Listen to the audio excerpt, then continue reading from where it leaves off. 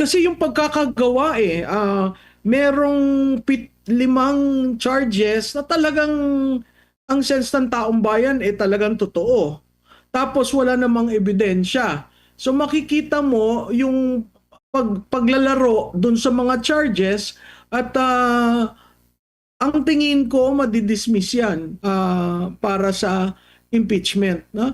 Government agency is now the investigation arm of Mr. Trillanes. Karapatan niya yan, pero sana naman yung respetuhin natin yung mga institusyon.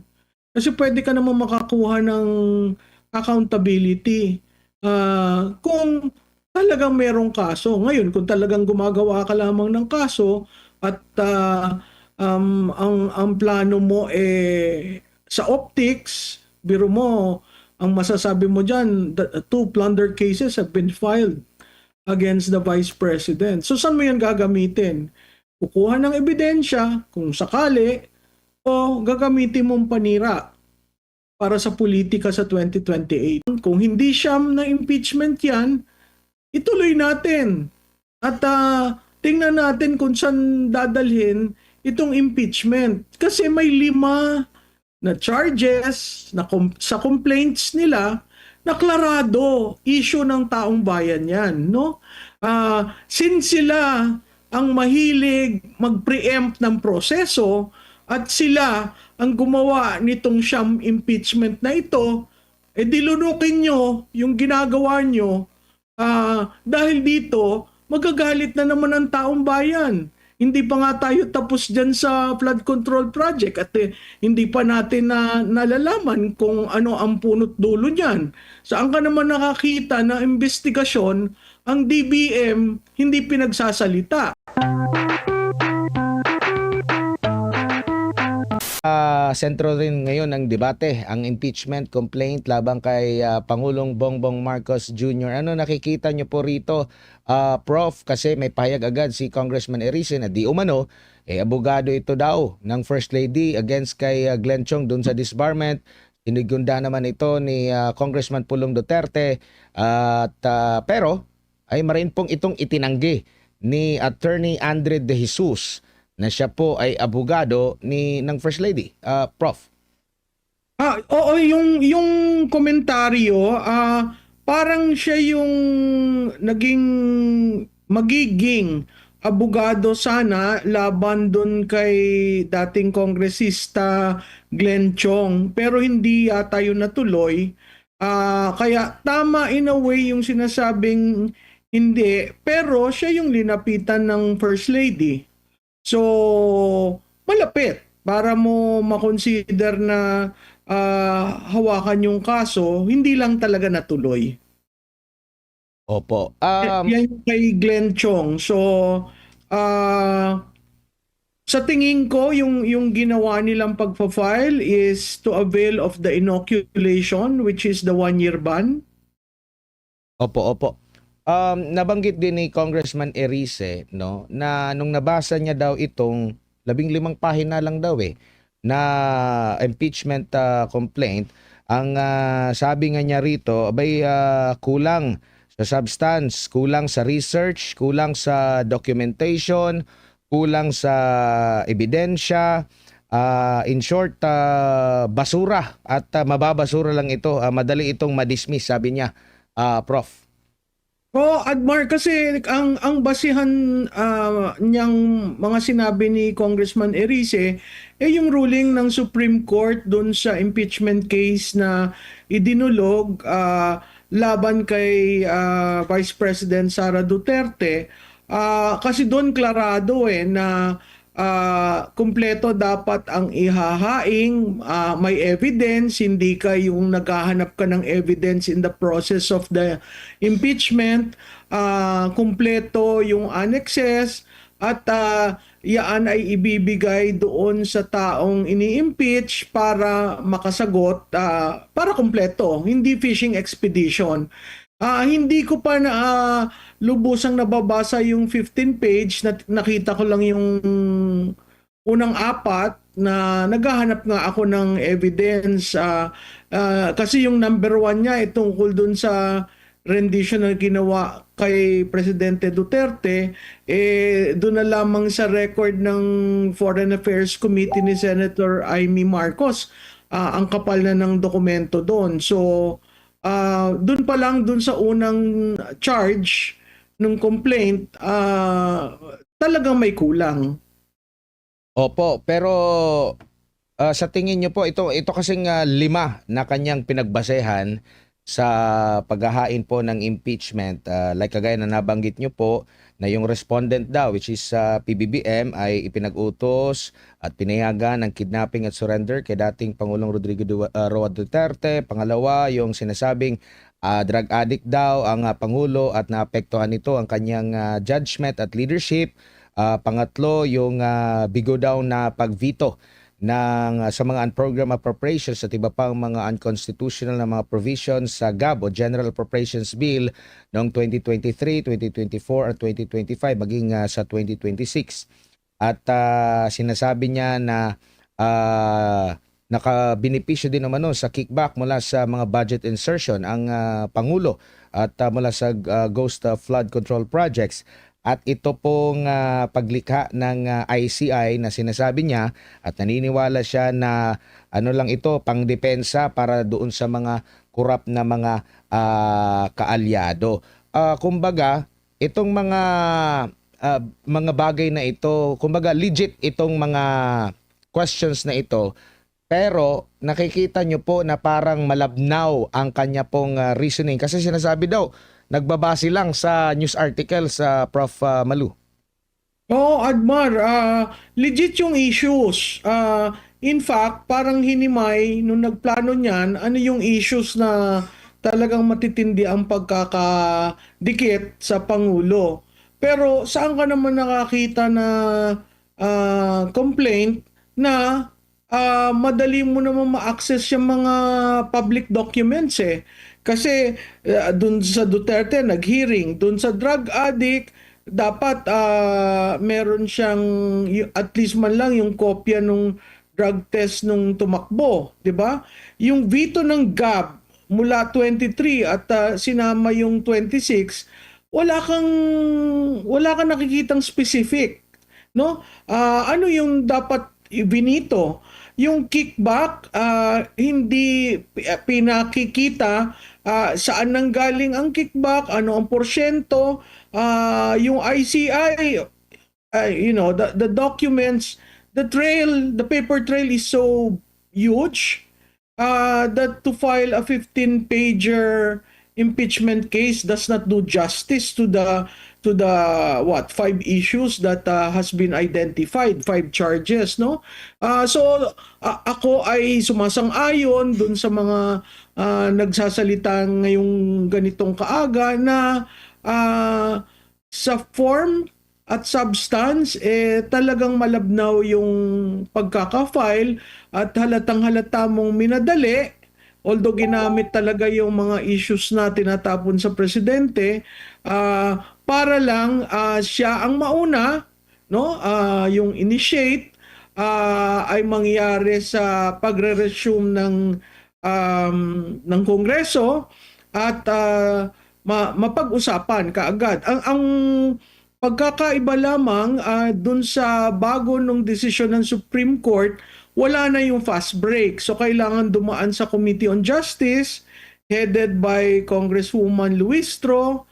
At pag tiningnan mo yung 39 members nun, pati minority, sa tingin ko yun boboto para mapawal ang bisa ang impeachment na yan. So kung ang pinagtatalunan lamang ay evidence, malabnaw yung impeachment na na-file. Kaya ako nasabi na ginamit lamang yon para ma-inoculate ang presidente, yung sinatawag na sham impeachment, no? Para lang ma-inoculate nung 1-year ban.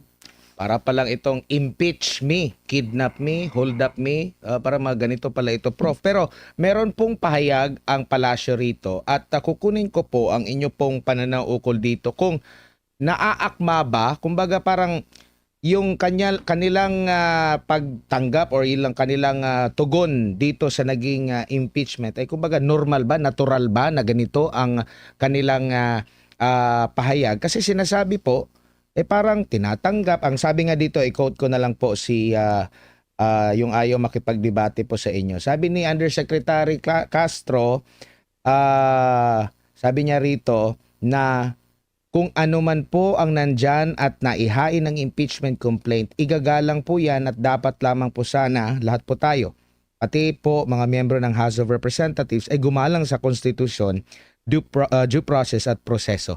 Itong ganitong pagsagot sa ganito kalalim na mga issue po, kumbaga nagtutugma ba siya? Parang hindi nababahala, parang okay lang. So kaya nakukonclude ng ilan sa ating mga kababayan na parang impeach me siguro 'yan. Well, alam mo naman si BFF ko no? May problema siya talaga sa pag-intindi ng mga bagay-bagay. So, itong kanyang mga sinabi, dapat siguro ikabahala kasi sa kasaysayan ng presidential politics, no? Wala pang nai-impeach na presidente. Merong na-impeach sa House, si Presidente Estrada, pero nag-collapse naman yun sa Senado. Si President Gloria Macapagal Arroyo, 3 beses inattempt mag-impeach, no? Pero hindi yun nakapasa sa House of Representatives. So, parati natin titingnan na mahalaga itong mangyayari kasi maraming issues ang binato sa Pangulo at dapat mabagabag sila dahil ang ekonomiya natin talaga maaapektuhan ng ganito dahil nga ang paghina ng ating ekonomiya, no? So hindi ko alam kung saan siya humuhugot ng pananalita niya, pero kung yun ang sinabi niya at yun ang posisyon ng palasyo, ang masasabi ko lamang dyan, sa Ligang Batas, ang impeachment is a constitutional process provided yan sa ating saligang batas. It is one way to make a leader accountable to the people. It is a process that is based in our constitution. So karapatan niya ng taong bayan, karapatan na maghaing ng impeachment sa mga liderato natin. Opo, bilang isang political strategist din po, Prof. Pag mga ganitong actually legit itong mga mga punto o dahilan kung bakit sa impeachment, no? Parang nakukulangan lang kayo doon sa pagpresenta na mismo, no? Pero dahil na open ito, kumbaga makasasama ba ito sa imahe? Dahil magiging legit na dapat na pag-usapan na talaga ito. Prof, kasi sa nakalipas, medyo, medyo, alam niyo na, pinalilihis nila yung issue. Pero ngayon, dahil sa meron ng ganitong impeachment, tingin niyo po maapektuhan yung imahe ng Pangulo ukol dito po? Oo, Admar, lalo na sa current state na ang kanyang trust rating is low.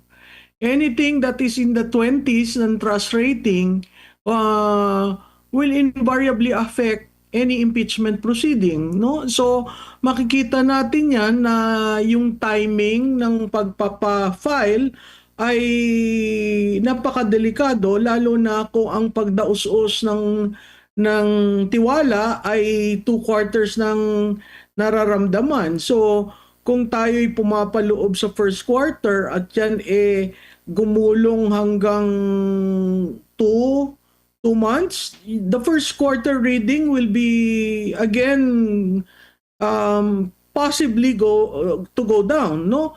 It depends on paano nila sinagot itong 7 charges, 'di ba?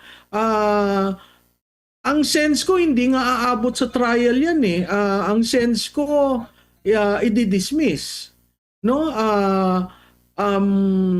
They will initiate on Monday. They will place that in the order of business, that is already initiation, refer to the Committee on Justice, and the Committee on Justice will just, find, kasi yung pagkakagawa merong limang charges na talagang ang sense ng taong bayan talagang totoo. Tapos wala namang ebidensya. So makikita mo yung paglalaro dun sa mga charges at ang tingin ko madidismiss yan. Ang tingin ko kahit anong impeachment laban sa Pangulo ay madidismiss sa House of Representatives. Bago lang si partner MJ kasi tinanong po si Yusek Castro kaugnay nga po dito sa naging pahayag ni Congressman Pulong Duterte na sinigundahan yung nabanggit nga ni Congressman Erice nga abogado raw ni First Lady ang nasa likod nitong impeachment laban kay President Bongbong Marcos Jr. At ang sinasabi niya rito, ini-explain na hindi raw nagtatanim ng ebidensya ang administrasyon, ang Pangulo. Sabi pa niya rito, hindi tayo sangkot sa anumang pagplanta ng ebidensya katulad ng ginawa ng kanyang ama. Sila lang po yata ang sanay sa ganoon. Matatandaan natin na nasampahan pa ng libelo itong si Yusek Castro. Sa tingin niyo po, ano pong masasabi niyo rito po na inaratangan pa na mahilig daw magtanim ng ebidensya ang dating presidente, tapos nabanggit pa niya, sila, so marami na, sila lang po yata ang sanay sa ganoon. Prof.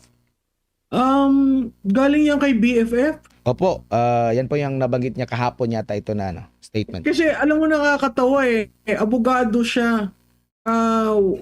Paano niya naiintindihan yung pagtatanim ng evidence? Unless ginagawa niya at she can readily identify yung tanim ng evidence. But levity aside, whether tinanim yung evidence or not, kailangan sagutin ng Pangulo at whether itong final at endorse ng isang party list representative, kailangang i-prove nila that this is not a sham impeachment. At clearly sinabi ng Supreme Court na in the process of the impeachment, may right na mag-avail at i-direct sa Korte Suprema yung questions tungkol sa uri ng impeachment na i-file. So hindi ko maintindihan kung bakit ang pagsisisi niya ay dun na naman sa dating Pangulo na wala namang kinalaman yung dating Pangulo dito sa impeachment na kinakaharap ng kanyang amo. Alam mo yung dating Pangulo na andun na sa Netherlands dahil sa kanilang pagpaplano na isurrender siya illegally. So ang tanong ko, kanino kayo natatakot? Bakit natatakot sa anino? Wala dito. Inalis nyo ang dating Pangulo. So hindi ko maintindihan bakit lahat ng blame ibinabato dun sa dating Pangulo. Ang akin lamang, kung hindi siyam na impeachment yan, ituloy natin. At tingnan natin kung saan dadalhin itong impeachment. Kasi may 5 na charges sa complaints nila na klarado, issue ng taong bayan yan. No? Since sila ang mahilig mag-preempt ng proseso at sila ang gumawa nitong sham impeachment na ito, dilunukin nyo yung ginagawa nyo dahil dito magagalit na naman ang taong bayan. Hindi pa nga tayo tapos dyan sa flood control project at hindi pa natin nalalaman kung ano ang punot dulo niyan. Saan ka naman nakakita na investigasyon ang DBM hindi pinagsasalita? Ang DBM ang pinanggalingan ng money trail. Ang DPWH ang pinanggalingan ng paper trail. Ang nakikita lang natin yung papeles na kine-question nila dahil nawala na nga si Yusek Cabral. Hindi natin nakikita yung pondo no, kung paano ginawa nila na ang program appropriation ay napondohan galing sa line item. Hindi ba unconstitutional yon? Ang program appropriation walang pondo. Biglang kinuha mo sa ibang mga budget para pondohan yon. Tama ba yon? So hindi ko maintindihan dyan sa BFF ko ba't ang tinitira niya ang dating Pangulo. Maraming issue ang dating Pangulo pero may paraan para pasagutin siya. Ngayon, kayo ang nagpadala sa kanya sa Netherlands. Tapos ngayon, sisi kayo ng sisi doon. Bakit hindi kayo tumayo sa sarili niyong paa para depensahan itong mga issues nila na binabato sa kanila? Po, ma'am, good evening. Si MJ po ito. Ma'am, bilang pong strategist, no? Strategically speaking, good strategy po ba na ipagsabay yung impeachment ni PBBM at VP Sara sa hangarin po na siraan ng Vice President?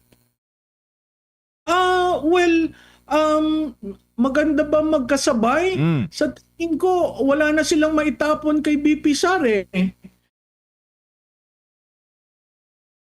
Kaya pagsasahope na it will drag on, no?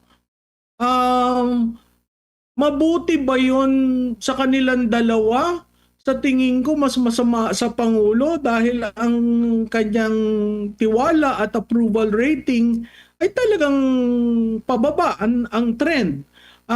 Kay BP Sara na trust rating niya ay bumababa pero within the margin of error. So pag kinumpare mo sila, mas mataas pa rin si BP Sara, no? Makikita rin natin na mahirap ang dalawang matataas na liderato ng ating bansa ay mai-impeach. It is a reflection of the kind of administration that we have. But again, as I said, that is the right of every citizen to file. And the role of members of Congress, especially the House of Representatives, is to endorse it and then to try it. Because under the Supreme Court ruling, there should be trial. You just cannot, abbreviate and send it to the Senate. So, medyo pumapasok tayo sa mas masalimuot na sitwasyon kung magkakasabay ang impeachment sa dalawang matataas na opisyal ng ating bansa. Opo, ma'am, may bala ako ng topic dahil may pinost po ngayong gabi si Congressman Paulo Marcoleta at nagkita na po si Congressman Leandro Leviste at si Senador Dante Marcoleta. Meron po kasi siyang binanggit sa kanyang post na medyo interesting, no? I-quote ko lang, ma'am. Sabi niya, millions of government funds are being poured on troll armies just to save face in a futile attempt to alter public opinion. Narinig ko na halos lahat ng peer agencies ay binayaran na nila at ilang news outlets ay naka-payroll na sa kanila. Ma'am, anong reaction mo po dito sa information war na nangyayari po ngayon sa ating bansa?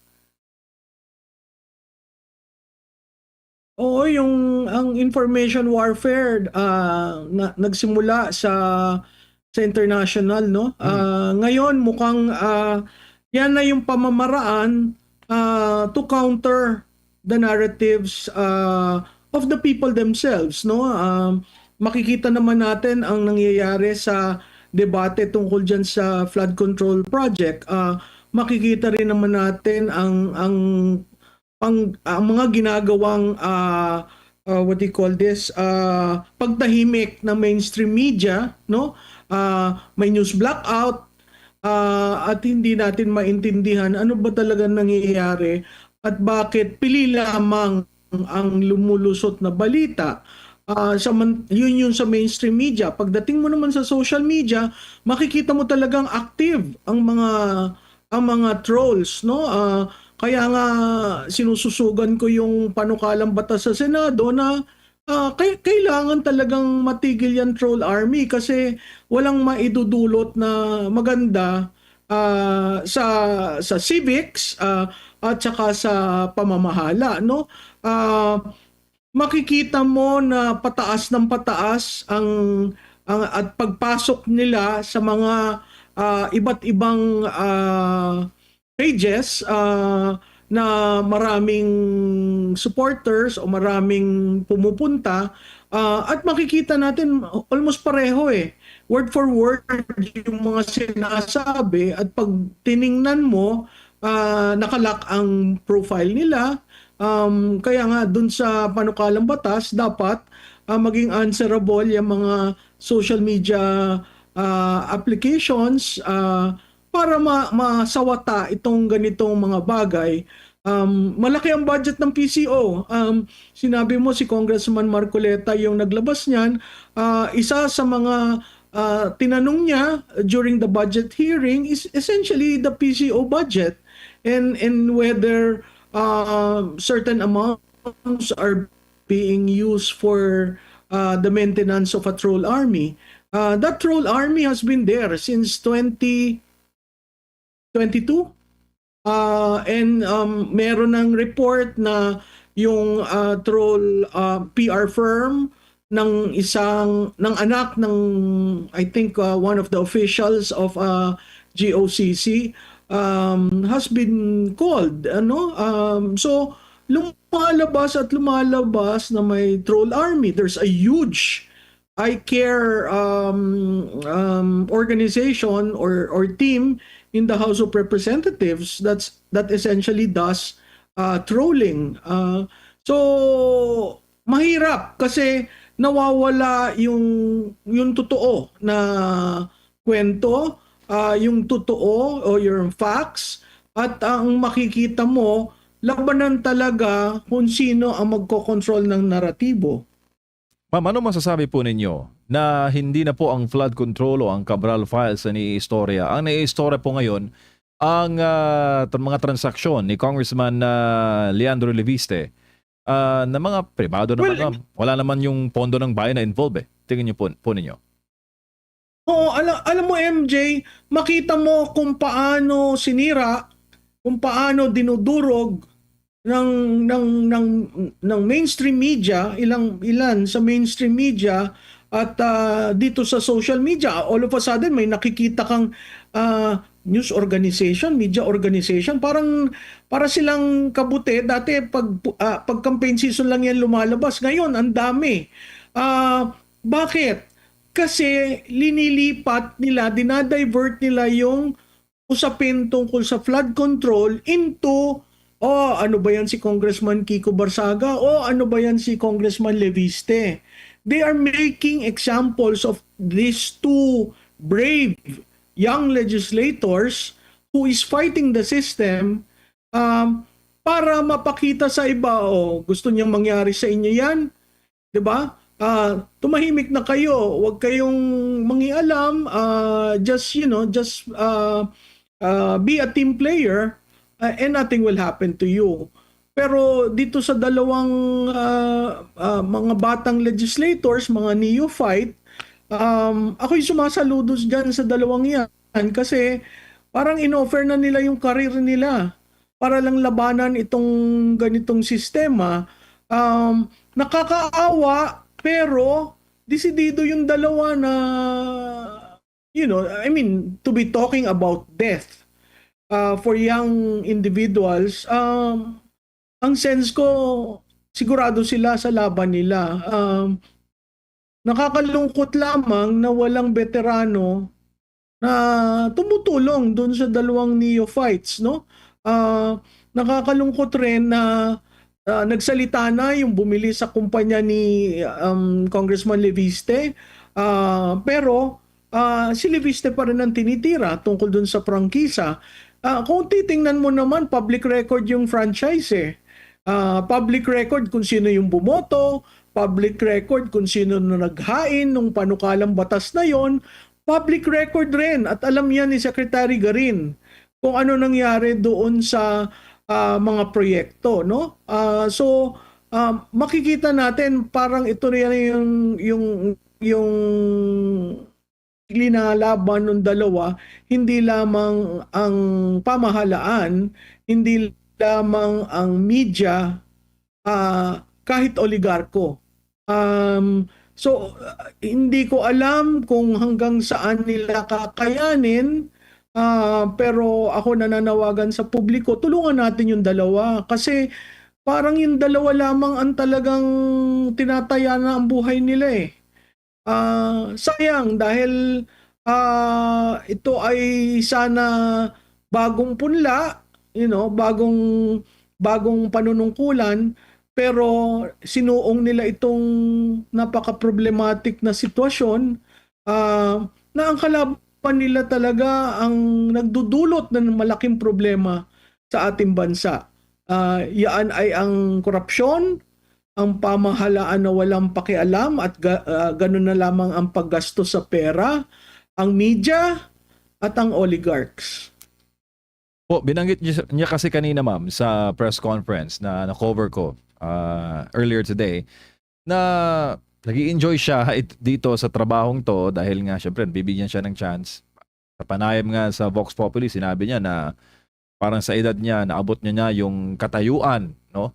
Na privilege, no? Na hindi naabot ng iba. At gusto niya na ngayon ng bagong challenge. In fact, sinabi niya kanina sa press conference na wala siyang ibang choice kundi depensahan niyang kanyang sarili at pag maglalabas pa raw, sisiraan at babanatan pa siya, baka raw umabot sa punto na makapaglabas siya ng informasyon that could bring the administration down. Ganun kalalim po yung kanyang hawak. Anong tingin mo dyan, ma'am? Narinig ko na rin diyang mga sinabi niya, no? Ang akin lang, mag-ingat. Yung timing napakahalaga. Pero kung ang susi ng pagbubukas ng totoong nangyari sa pondo ng bayan, gawin niya. Kasi yun lamang ang magbubukas ng lahat na ito. Walang gustong magsalita, parang mayroon silang omerta, no?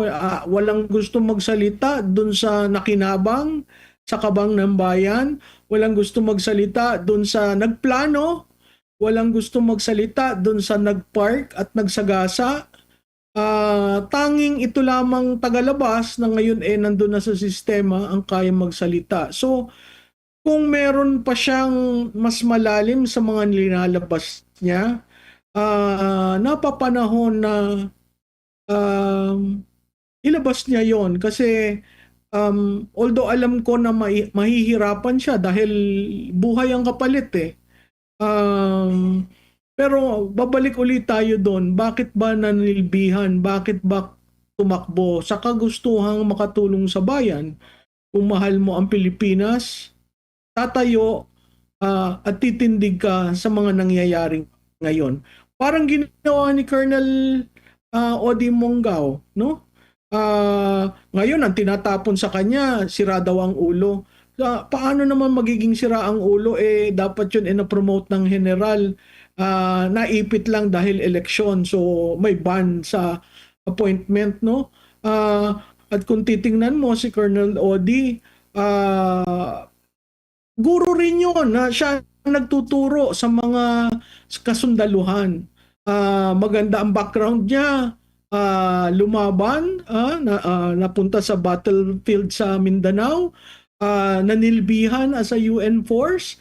So siguro kung titingnan mo, although mas may edad si Colonel Monggao, pag pinagsama-sama mo si Kiko Barsaga, si Leandro Leviste at si Colonel Odi Monggao, makikita mo meron pang spark na natitira para sa bansa. Tulungan po natin sila at protektahan natin sila dahil itong administrasyon na ito hindi natin alam ang hangganan. Minsan maraming natatakot, ayaw tumayo, maraming nagpipigil, ayaw magsalita. Pero paano na ho natin babaguhin ang ating sistema? Ang problema ho, systemic na eh. So, napaka-importanting magtulungan tayo at akayin natin ang bawat isa. Kasi kung hindi natin ho ito gagawin, wala ho sa House of Representatives ang kayang tumayo laban sa administrasyon na ito. Except, yung dalawa, siguro meron pang mga 3, 4, di ba? Pero mabibilang mo lang sa 2 kamay kung gaano kadami ang willing na tumayo. Prof, si Edmar po ito ulit. Ngayon pong araw na ito, meron na naman pong isinampa laban sa pangalawang Pangulo. Diyan pa rin sa Ombudsman. Ano nakikita niyo po dito? Kasi naging sentro ng debate. Ilan sa mga legal expert talaga nagsasabi na hindi pwede sa Ombudsman, hindi sa cloud ng kapangyarihan ng Ombudsman ng pangalawang Pangulo. Prof. Oo, tama ka, Admar, no? Itong ginawa nung dating senador at meron na palang silent majority, meron na palang ganung na supposedly a people's organization. Parang linoloko lang tayo ng linoloko, no? Ayaw nilang maghanap ng ebidensya. Ang gusto nila, staff nila ang ombudsman para hanapin ang ebidensya at from there, tsaka mag-file ng impeachment, no? Hindi saklaw ng ombudsman si Vice President Duterte, pero itong pangalawang kaso galing rin dun sa dating senador. Hindi ko maintindihan ilang pa bang plunder case ang ifa-file. Kasi sa daming papel na ginagamit niya, no? At plunder case, pero pag tiningnan mo, parang purely alleged. Walang proof. So, ang manglalabas niyan, ang ombudsman ang magiging research staff niya, investigation arm, at kung ano yung makukuha, yun ang sa tingin kong gagamitin para sa impeachment. No? Government agency is now the investigation arm of Mr. Trillanes. Karapatan niya yan, pero sana naman yung respetuhin natin yung mga institusyon. Kasi pwede ka naman makakuha ng accountability kung talagang merong kaso. Ngayon, kung talagang gumagawa ka lamang ng kaso at ang plano mo sa optics, biro mo, ang masasabi mo dyan, 2 plunder cases have been filed against the Vice President. So saan mo yan gagamitin? Kukuha ng ebidensya kung sakali o gagamitin mong panira para sa politika sa 2028. Bakit kaya ma'am, sa tingin nyo lang po bakit kaya doon sa ombudsman sila hindi na lang naghain ng impeachment? Kakampi nila ang ombudsman. Diba? Makikita rin naman natin kung paano naging ombudsman si Secretary Boying Remulla. Yung ginawa nilang pagsasatabi ng mga issues laban sa kanya, ng mga kaso laban sa kanya, that is already tinkering with the process. And oo, totoong nagdaan siya sa JBC. Pero ang sinabi ng JBC, kailangan walang kaso, dapat may certification ka. O di ba sinet aside nung ombudsman na yon ang mga kaso ni Secretary Remulla para siya makaupo. So makikita natin yan. Yung ombudsman bribe, pero hindi nila hinabol yung nag-bribe. Anong klaseng ombudsman ka? Yung DILG secretary na kapatid niya, bribe. Hindi rin nila hinabol kung sino nag-bribe. Anong klaseng SILG ka? So ang lumalabas dito, apart from budol, bending is another legacy of this administration. Budol na, bending the law pa. Opo, and ano naman po ang masasabi nyo dito po sa kumbaga lipat lang pala ako ng issue mo dito po sa ano naman sa investigasyon.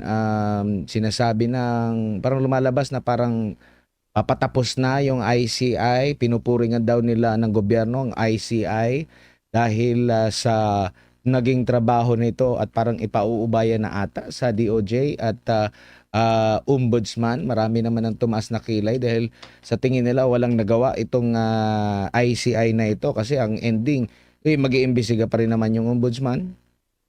Oo, tama ka dyan, Admar, no? Doon sa EO 94, part ng budol itong ICI. Kasi meron doon na functus officios. Pag natapos na yung ginagawa, and they serve under the, they serve depending on the president, no? At klarado doon na nakita natin na